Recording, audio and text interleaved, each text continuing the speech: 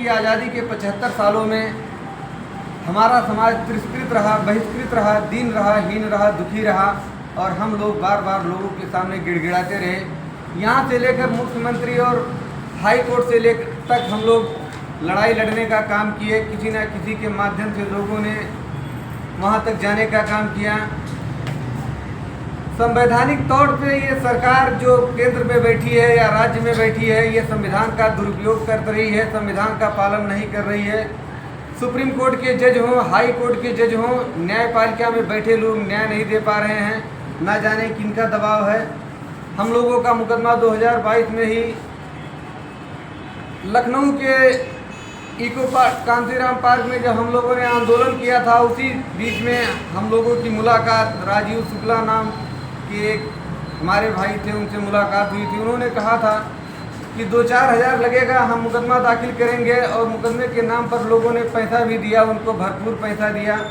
उन लोगों ने संघर्ष किया और जा कर के लड़ते लड़ते 2024 में 25 में जो है ये निर्णय आया। लेकिन आज तक वो निर्णय हम लोगों के बीच में नहीं सुनाया गया कि हमको क्या उसका डिसीजन मिला, क्या हमको आदेश जारी हुआ। जो 2 बेंच की जजें देख रही थी और 3 महीना क्या 6 महीना हो गए, जबकि संवैधानिक तौर से 3 महीने से ज़्यादा जजमेंट कोई सुरक्षित नहीं रख सकता है। यह बहुत दुख की बात है। वो कौन लोग सुप्रीम कोर्ट में और हाई कोर्ट में बैठे हैं जो हमको न्याय नहीं दे पा रहे हैं। संविधान है कि नहीं है इस देश में पता नहीं चलता है।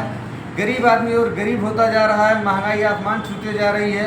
महंगाई सबसे बड़ी समस्या है और जितने शासन प्रशासन में बैठे हुए कर्मचारी हैं वो 6 लाख 6.5 लाख गांव है भारत में और गांव के किसानों को, मजदूरों को ही लूट रहे हैं, गरीबों को ही लूट रहे हैं और हम लोग अधिकार वंचित हैं। और अधिकार वंचित को गुलाम कहा जाता है। ना तो हम लोगों का सम्मान जिला स्तर पे हो रहा है, ना प्रदेश स्तर पे हो रहा है और ना ही अपने ही विभाग के लोग हम लोगों को सम्मान देने में उनको शर्म आती है। यदि हमारी तनख्वाह आज 25,000 50,000 होती तो हमको भी सम्मान मिलता कि नहीं मिलता। सम्मान की लड़ाई लड़ना है। जिस तरीके से अभी तारकनाथ भैया ने कहा कि 100 दिन शेर बकरी की तरह जीने से अच्छा है शेर की ज़िंदगी जियो। मृत्यु तो अटल है, सत्य है, उससे कोई बच नहीं सकता है। और ना जाने कितनी पीढ़ी 1861 से आप जोड़ लो, हमारे कितने पूर्वज लड़ाई लड़ते हैं और आज भी हमारी सुनवाई नहीं हो रही है। तीसरी पीढ़ी चल रही है। लॉर्ड मैकाले ने IPC एक्ट बनाया था 1861 में और तब की हमारी नियुक्ति है। 1861 से लेकर के जब देश अंग्रेजों के अधीन था, आज 15 अगस्त 1947 को 12 बजे रात को सत्ता हस्तांतरण हुआ। देश के लोगों को बताया गया कि गरीबों के हिस्से की ज़मीन मिल जाएगी, नौकरी मिल जाएगी, उद्योग धंधे कल कारखाने मिल जाएंगे, मान सम्मान मिलेगा। लेकिन 75 सालों में हम लोगों को कुछ नहीं मिला। रोटी कपड़ा मकान के नाम पर जो हमारे मौलिक अधिकार हैं उसका भी हनन हो रहा है। जिस तरीके से ये चीज़ बताई जाती है कि जिसके पास 4 बच्चे हैं, 4 कमरा घर नहीं है, उसको सरकार तुरंत कॉलोनी दे। तो आवास सरकार दे रही है, 5 किलो राशन दे रही, कोई एहसान नहीं कर रही है। कोई भी सरकार रही हो आज़ादी के से लेकर आज तक कभी राशन बंद नहीं हुआ, ना कोई बंद कर सकता है। आप उनके हिस्से की ज़मीन दे दो, राशन बंद कर दो, हमें कोई दिक्कत नहीं है। समस्या जहाँ है, समस्या यहाँ है कि लोग कहते हैं कि हमको फला आदमी परेशान कर रहा है, हमारी सुनवाई नहीं हो रही, हमको अपमानित होना पड़ रहा। अपमानित तो हम लोगों को कहीं ना कहीं होना ही पड़ेगा क्योंकि हम लोग संगठित नहीं हैं। 10-5 लोग अगर किसी थाने में लड़ाई लड़ते हैं तो उसका जो है विरोध करने वाले 50-सैकड़ों लोग खड़े रहते हैं। अपने जब तक हम आपस में लड़ते रहेंगे, एक दूसरे का सम्मान नहीं करेंगे, तब तक हमें इसी तरीके से मात खानी पड़ेगी। हम चाहते हैं कि जिला अधिकारी जैसे आज़ादी के बाद जब से ज़िले में पहले राजा हुआ करते थे, महाराजा हुआ करते थे, अब कलेक्टर होते हैं। कलेक्टर का मतलब होता है कर रसूलना, हर विभाग से वो कलेक्टर राजा होता है ज़िले का। और हम कलेक्टर महोदय से मिल करके बार बार इसीलिए बुलाते हैं। यदि हमारी संख्या बल होगी तो हम कलेक्टर साहब से बात करेंगे कि जो केंद्र सरकार की नियमावली है कि कोई भी राज्य कर्मचारी किसी भी प्रदेश का हो अगर काम लेती है सरकार तो उसे 18,000 से कम वेतन देने का प्रावधान नहीं है। ये कलेक्टर साहब इसका जवाब देंगे। हम मंच के माध्यम से, आपके माध्यम से कलेक्टर साहब से जानना चाहते हैं, कप्तान महोदय से जानना चाहते हैं कि हमारी पुलिस रेगुलेशन के हिसाब से 28 दिन ड्यूटी है। हमारे भाई 2 दिन 4 दिन की बात ना करें, कहीं ना कहें, क्योंकि हमारा जो 80-82 रुपये डेली हमको वेतन मिलता है और 80-82 रुपये के हिसाब से हमारा 2500 रुपया वेतन इस समय मिल रहा है, जबकि हमको 45-50 हज़ार वेतन मिलना चाहिए। इसकी लड़ाई हम लड़ते लड़ते हम लोग देख रहे हैं कि हमारे लोग, अच्छा कुछ लोग इसमें जो है जब जानते हैं कि इनका जनमत बन गया है तो अपने ही लोग कुछ जो है भड़काने का काम करते हैं।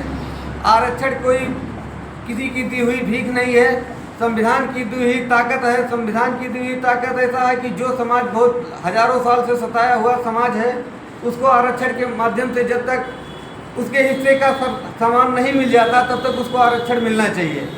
जब अंग्रेजों ने 12 बजे रात को सत्ता हस्तांतरण किया और कहा तो इन लोगों ने कहा कि आप क्या सब कुछ मिल जाएगा, लेकिन हमारे लोगों को आज तक कुछ नहीं मिला। और 16 अगस्त को ही दिल्ली के जंतर मंतर पर नारा लगा कि यह आज़ादी झूठी है और देश की जनता भूखी है। साथियों, नाथूराम गोडसे ने गांधी जी को गोली मारा और इसलिए गोली मारा, उसको पता चल गया कि देश की जनता के साथ धोखा हुआ है और आज भी हमारे समाज के साथ धोखा हो रहा है। अगर हम लड़ाई नहीं लड़ेंगे, हम ये समझेंगे कि हम कमज़ोर हैं। देखिए, शिक्षा बल जरूरी है, मनोबल जरूरी है। अगर 4-5 प्रकार के बल होते हैं, धन बल, जन बल, बाँव बल।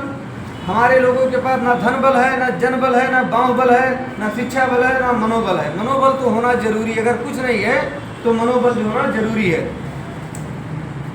क्योंकि मन के हारे हार है, मन के जीते जीत। हम जीते जी हारने वाले नहीं हैं और हम किसी से डरने वाले लोग नहीं हैं। हम अपना संवैधानिक अधिकार लड़ाई लड़ रहे हैं, संवैधानिक तरीके से जो हमारा पुलिस रेगुलेशन में इसके हिसाब से हमारी ड्यूटी है, हम ड्यूटी कर रहे हैं और जो हमारा काम है अपना काम कर रहे हैं। लेकिन बड़े पद पर बैठे हुए लोग इसको कान में तेल डाल करके, कान बंद करके हमारी आवाज़ सुनने को तैयार नहीं है। हम आह्वान करेंगे कि अपने अपने थाने पर जा कर के लोगों को बताएं कि भैया हो मीटिंग में चलो, थाने पर मीटिंग करो और 16 थाने के थानाध्यक्ष को नियुक्त करिए, आप लोग करवाइए, सबकी जिम्मेदारी है। सुरेंद्र भैया ने जो संघर्ष किया, हम देख रहे हैं कि 2022-23 से ही इनको जिले का पद